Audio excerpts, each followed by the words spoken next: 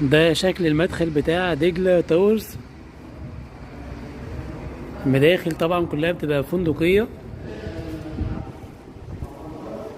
ده شكل المدخل كله بالرخام.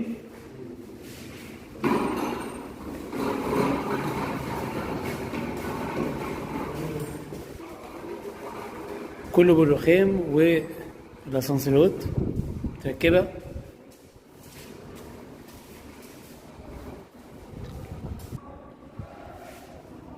تعالوا نخرج بره ونشوف.